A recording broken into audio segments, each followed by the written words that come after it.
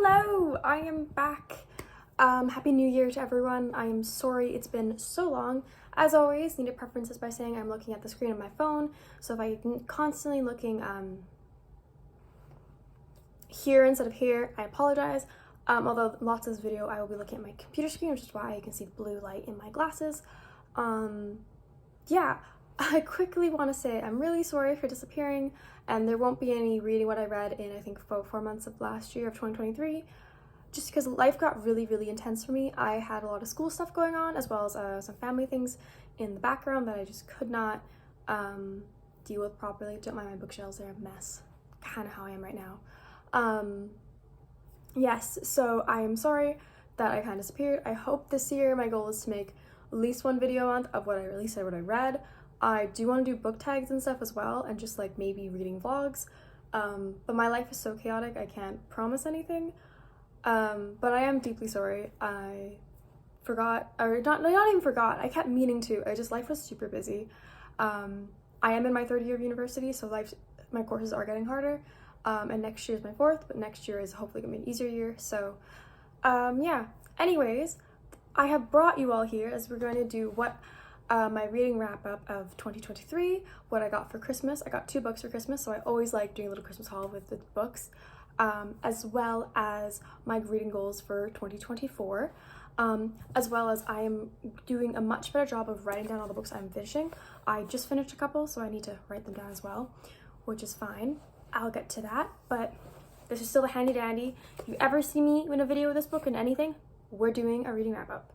So first, I think we should start with the books I got for Christmas. I would say I'm really privileged. I just like sharing books that I got for Christmas because I like seeing other people's books. I find it always makes me, it always brings me it gives me ideas of what I want to read. So yeah, I'll show you what my dad got me first. It's actually really funny. He got me 2 books because he didn't know what books I owned already, because I forgot. Indigo had an issue and it wiped my wish list, and normally I just send my wish list of Indigo to people.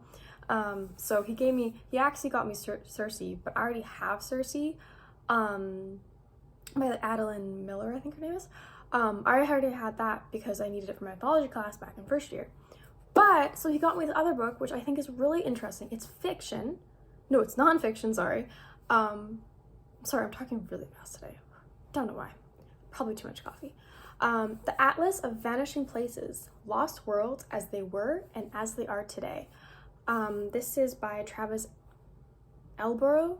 Don't know if I said that right. I'll read a little synopsis in the back, how about? Because this sounds interesting to me. Maps offer us the chance to see not just how our world appears today, but how it once looked. Travis Elborough takes us on a voyage in search of disappearing, submerged, and lost landscapes and man-made wonders that have vanished from modern atlases. Discover ancient seats of power and long-forgotten civilizations, the Mayan city of Palenque, the uncanny Stone Age remains of Skara Brae on Orkney and the Chan Chan of Peru, even the Glacier National Park in Montana to the Congo Basin and the Chihuahuan Desert in Mexico. Travis Elborough shines light on the extraordinary landscapes under threat. So, with beautiful maps and photography, Atlas of Vanishing Places is a timely reminder of the fragility of our relationship with the world around us and a clarion call to preserve what remains. So I am a big ancient civilization nerd. I don't know if I've mentioned that before, probably because I've finished Iliad and all these other books. Iliad, Odyssey, Circe. I love mythology. I love ancient civilizations. Ever since I was a little girl, all I wanted to do was go to Rome, go to Greece. I just loved it so much, probably because I started I read the Red Pyramid when I was younger. I read Percy Jackson when I was younger. I read Lost in the Attic, I think is what it's called, which also has kind of or Secret in the Attic, which is kind of like Magic Tree House. So yeah, I love stuff like that. So I'm really excited to read this because I also watched a show with my boyfriend on Netflix about lost civilizations, and I just find it so fascinating about how people lived before. And I also love learning about old gods and how so many civilizations had different gods, lots of them were similar. I could go on for ages. I love this type of thing, so I'm very excited to read this. This is definitely on my TBR for 2024. Don't know, I'm hopefully gonna read it soon. It's gonna be done before the end of the year, that's for certain. So that was my first book. My other book I got was from my brother. And I love that they got me this because again, my wish list was broken, so no one knew what was on my wish list and no one knew what I had, but they knew I didn't have this and they're like, I'm pretty sure you're gonna like this.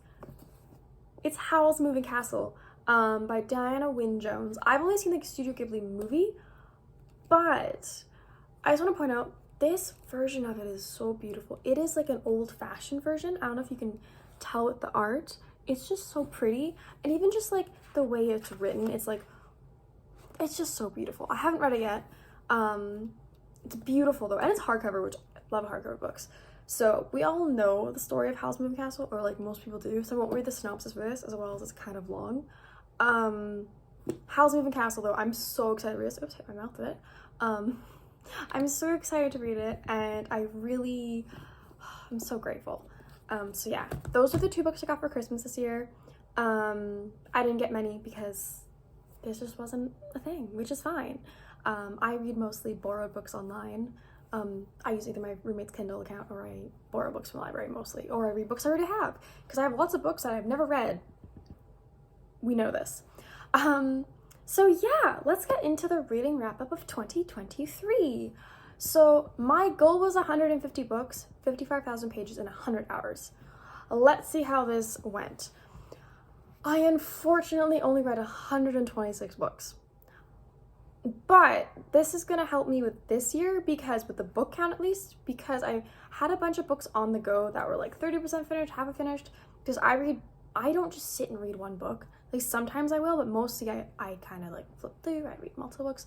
So I have a bunch of books that are halfway finished. So that's why I'm already done, I think 7 books this year, because most of the books, there were a couple that I started this year, ended this year already. But most of them I already were halfway done, so I get to finish them this year, which is great for my book count and makes me very happy. I also only read 46,000 pages, which I gotta read thicker books, I guess, this year. I gotta read bigger, chunkier books. I want to read 55,000 pages, which is fine. I don't mind. So these 2 goals I am redoing because I don't feel like I should increase them, but I also think it's very possible for me to get to them because I wasn't that far off. I just had a few months where I had no time to read, and this year one of my goals is, personal goals, is to read a chapter a day minimum, which is quite easy if you think about it. I also want to listen to like 10 minutes of audiobook a day, because while I'm cooking or cleaning or working out, even like something like that. I did complete my audiobook goal of 106.62 hours with 106.62 hours, sorry. Which I think is very interesting because,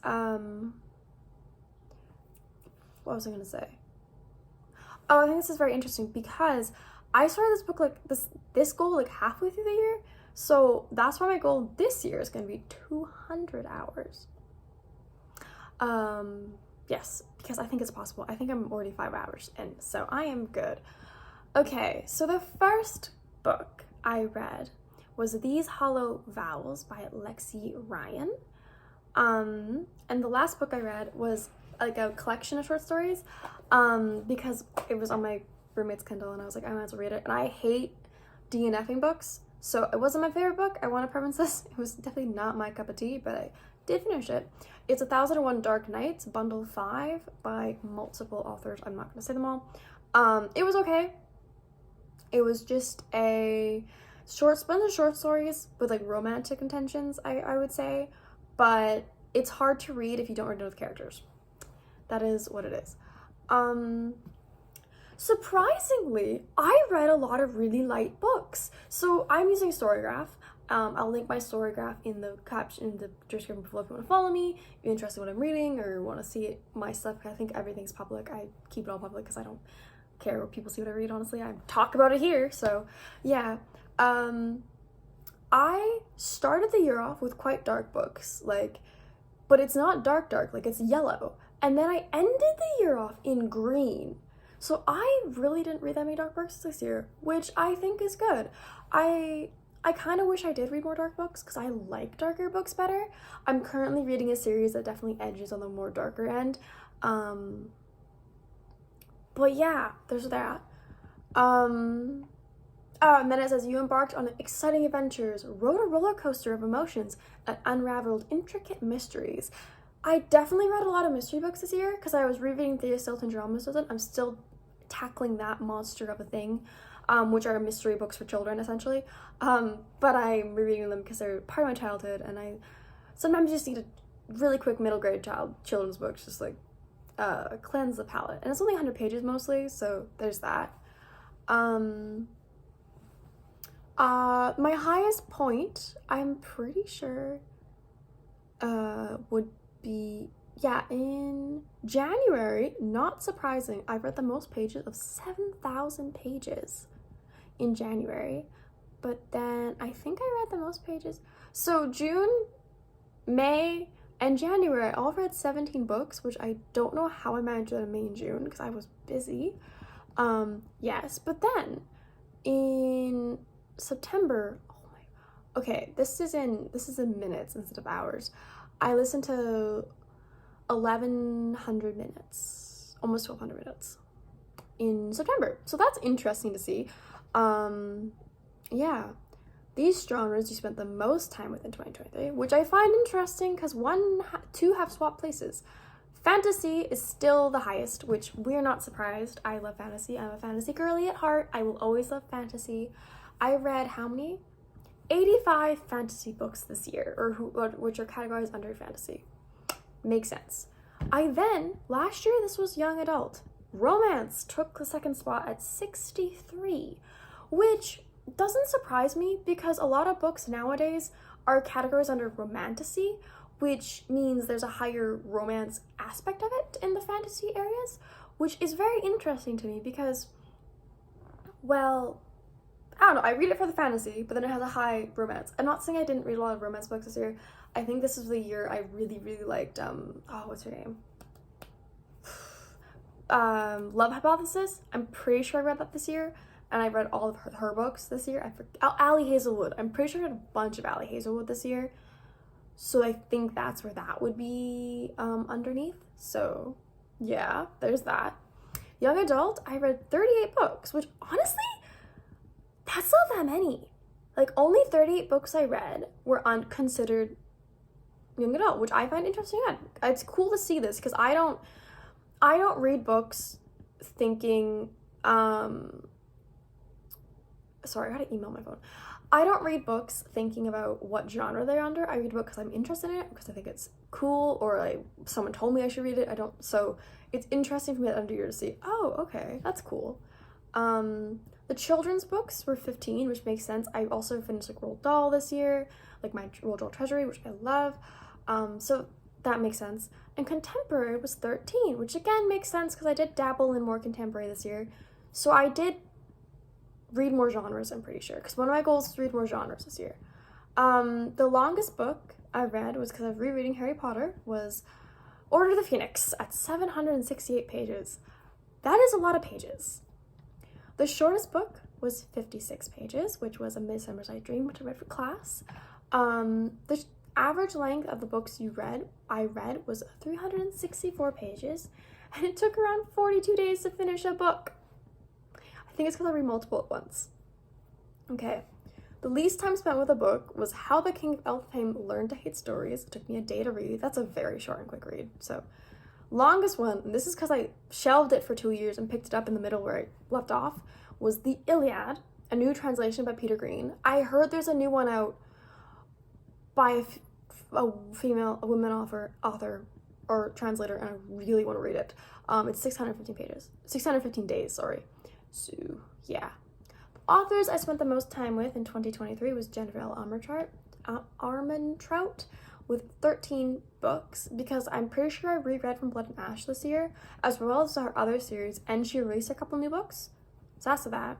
Geronimo Stilton and Thea Stilton, because those books are so quick and short. They're great. Geronimo, I read 8. Thea, I read 6.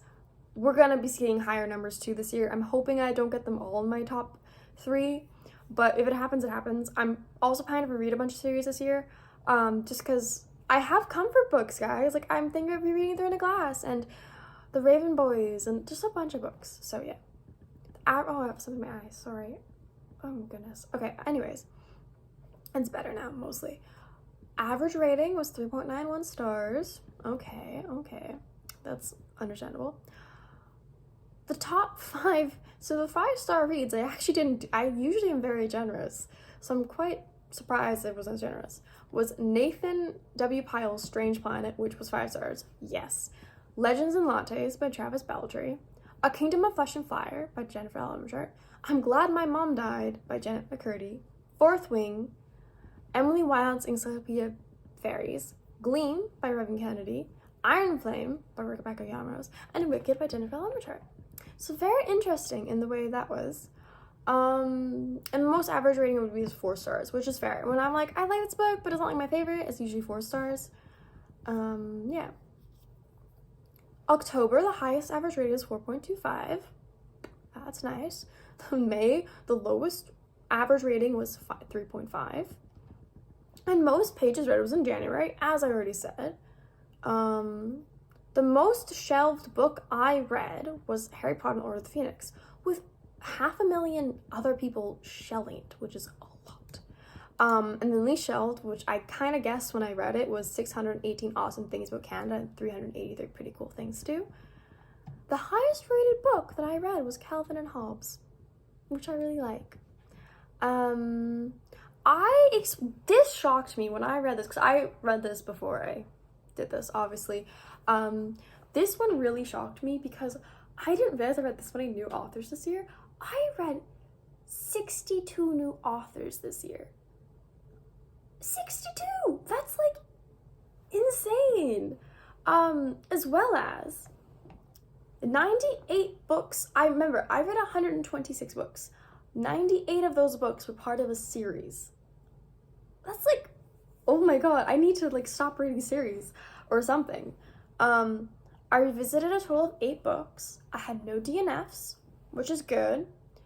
And I read 26 books from my own shelf this year, which is not enough. I should read more from my own shelf. And yeah, that's it. If I pay, I can get a plus subscription, including mood and pay charts and all that stuff, which I don't have, so unfortunately I will not be doing that. But yes, that is 2023.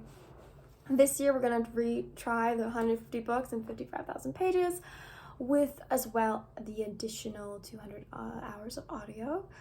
Yeah, that's it. I'll be back in a few weeks, hopefully with the wrap of January, because today I've already read 7 books. It'll be there will be one, because I don't want to leave potentially more than 10 books in 1 month to carry on to February. So yeah, I hope you all enjoy the video, and tell me what you're reading, tell me about your wrap up, because I am interested to see how everyone else read or what you all read, and I'll see you all next time. Bye!